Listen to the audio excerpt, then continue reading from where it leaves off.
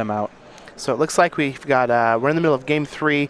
Todd and Dalton both at 10-2 with their respective decks. And it appears that Todd has a board presence and Dalton does not. Todd has got a Tarmogoyf, a Voice of Resurgence of Plains, a Temple Garden, and a Stomping Grounds on the battlefield. The Tarmogoyf is going to be a 3-4. Dalton has a Stirring Wildwood, a Shambling Vent, so a couple of creature lands. He's got a Plains and a Godless Shrine, but now he has a Siege Rhino, and things will change a little bit.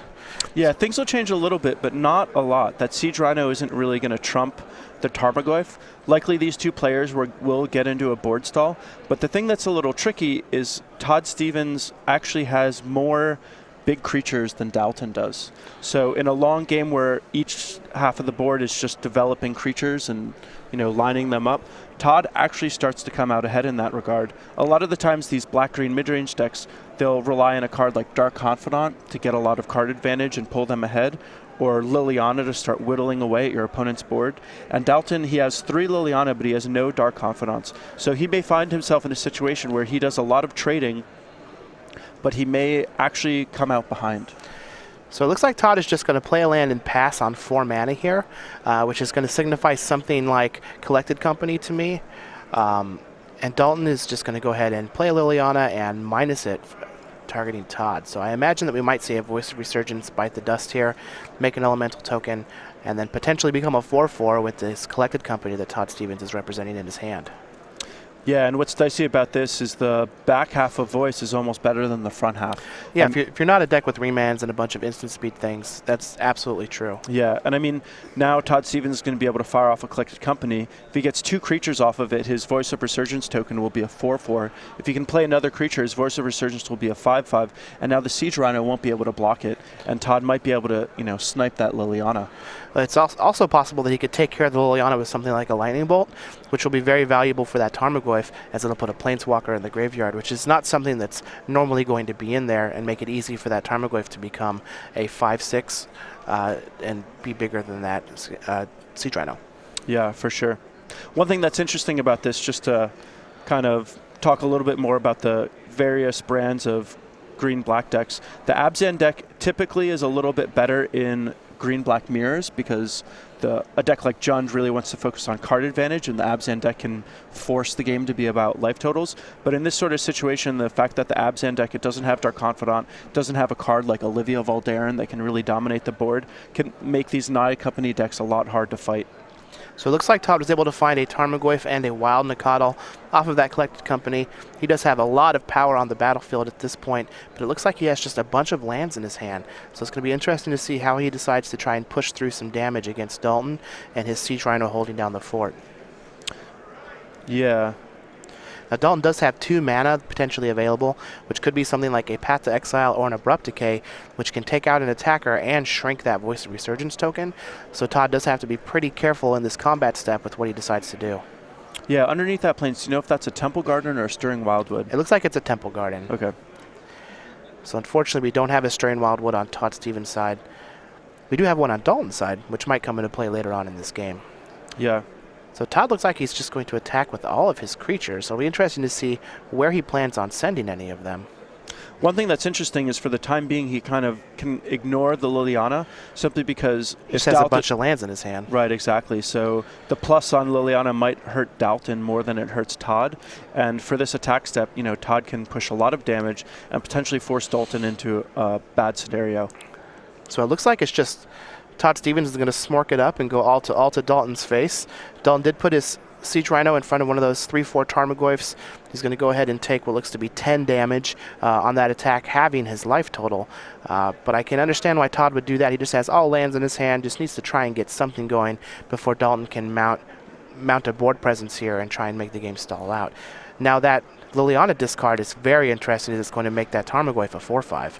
Yeah, I'm sure that's a calculated risk on Dalton. He just, I'm surprised that he didn't just play the second Liliana and minus it. Yeah, that makes a lot of sense, actually. I feel like that would be much better. With Todd Stevens having 3 cards in hand, just getting one of a random one with the Liliana activation doesn't really seem like it's going to do the best thing. Oh, and here we have a Languish, which would have killed that Tarmogoyf had he cast the Languish before he activated his Liliana. So I feel like that has to be a slight misstep by Dalton, and I imagine he's probably a little sad at himself for now. Yeah. Well, the one thing that I do like about this is I was talking about how a card like Olivia Voldaren can really dominate the board. Languish is a card that can really dominate the board too, so I really like that Dalton has it in for this matchup. Absolutely. So, and now Languish is actually the only sorcery, so that even is going to grow the Tarmogoyf one more up to a 5/6. Yeah, and we can see how when it comes to big creatures, the Todd Stevens has the bigger creatures as opposed to Dalton. I mean, Dalton has cards like Lingering Souls that are kind of a small amount of power and toughness for the amount of mana that he's spending. And if it comes down to just who has the bigger creatures, Todd Stevens is going to win this fight. So it looks like Todd has just picked up a copy of Knight of the Reliquary, which has the potential to be giant. Yeah, this could be really big. I assume this Tarmogoyf is going at the Liliana because that would force Dalton to either chump with the Rhino or just lose the Liliana, effectively making his Tarmogoyf live. So it looks like that Tarmogoyf would have actually lived through the Languish because the sorcery would have grown it. However, he could have... that's why he didn't play the second Liliana. Then he wouldn't have had the mana to cast the Languish. Well, I think the Languish doesn't work the same way Lightning Bolt does. So if the Tarmogoyf, well, I don't know. We can clear that up later. Yeah, I did have that checked, and the Tarmogoyf would have lived, unfortunately. All right, cool. Glad we got that cleared up. Well, Dalton is going to have a 5/6 Tarmogoyf of his own, which is quite formidable. And I wonder how large that Knight of the Reliquary is. Unfortunately, Todd Stevens has stacked his... Oh, there we go. It's probably an infinite. Yeah, probably. I mean, the thing is, basically, we're at a little bit of a board stall, but the thing that is most relevant is the Knight of the Reliquary can actually do something in a board stall. Yeah. I mean, when both players are at the mercy of their own draw steps and they just have some stuff on the board, having stuff on the board that has non-combat activated abilities is really something that can pull you ahead. So it looks like the Knight is an 8/8, which is very large. Plus, at this point, I do believe that Todd has a copy of Kessig Wolfrun in his deck, which could prove to be very good in this board stall with these Tarmogoyfs faring off, Giant Knight of the Reliquaries, and we're even in a sideboarded match, so I have to imagine that Todd might have something like Elspeth Knight Errant in his deck, and if he happens to draw one of those, that Knight of the Reliquary can end the game on the spot, because Dalton is only at 9 life. Yeah, this Knight of the Reliquary, it'll be interesting to see how Todd uses it, because he can use it to fetch up a manland or a Horizon Canopy if he wants to get ahead on cards. He can also use it for a Kessig Wolfrun, which I think would be his most aggressive option. So it'll be interesting to see exactly what he wants to get. So it looks like he's going to activate this Knight, sacrificing his Sacred Foundry. He does have a Horizon Canopy that he's thumbed to the top of his deck there, but he might go back in and change to a Kessig Wolfrun. Yeah. It looks like that's what he's going to find, is that Kessig Wolfrun. It's going to represent a lot of damage depending on how Dalton blocks if he decides to start attacking. And yeah. This is essentially going to make it so that Todd Stevens is going to be able to attack next turn, most likely with his Tarmogoyf, and he's essentially going to force a 2-for-1 trade.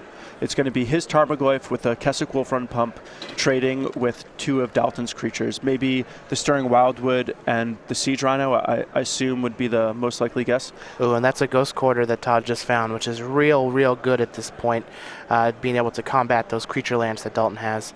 And he's just going to send both of his creatures saying, all right, I can kill you multiple ways. Let's see how you're going to block. Yeah, and this really puts Dalton in a position where he really has no good blocks because there's no way he's going to be able to block with a Stirring Wildwood. As soon as he goes to activate it, Todd is probably just going to Ghost Quarter it. And then basically both of Todd's creatures have potential to trump Dalton's in combat. Now, it looks like Dalton does have a copy of Shambling Vents in his land stack there, so he is going to be able to activate that with mana that he can gain from that Stirring Wildwood in response if he happens to try to use it as a blocker.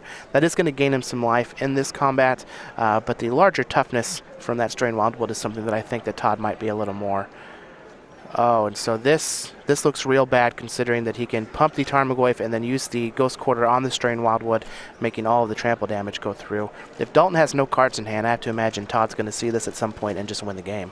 Yeah, this is exactly why the Ghost Quarter was such a good top deck, because now he'll be able to pump his Tarmogoyf, clear the blocker, and then all the damage is going to go through to Dalton. It looks like he can pump it exactly 4 that's needed to bring it up to 9, which is going to exactly lethal Dalton.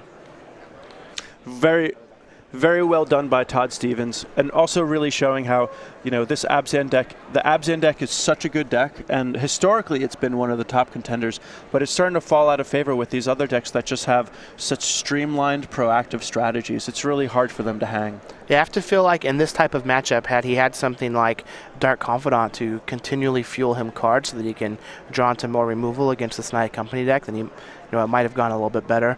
Also, in that game, we didn't really see a lot of spot removal end up getting played. Path to Exile, Abrupt Decay are the cards that he needs to lean on to try and stem the bleeding from the threats that Todd Stevens is going to be deploying in his Snide Company deck.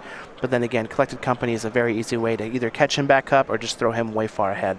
Yeah, for sure. I mean, the real problem is that with the way this Abzan deck is set up, and a lot of the Abzan decks, because a lot of the Abzan decks aren't playing Dark Confidant, is they end up just being a bunch of 1-for-1s. And if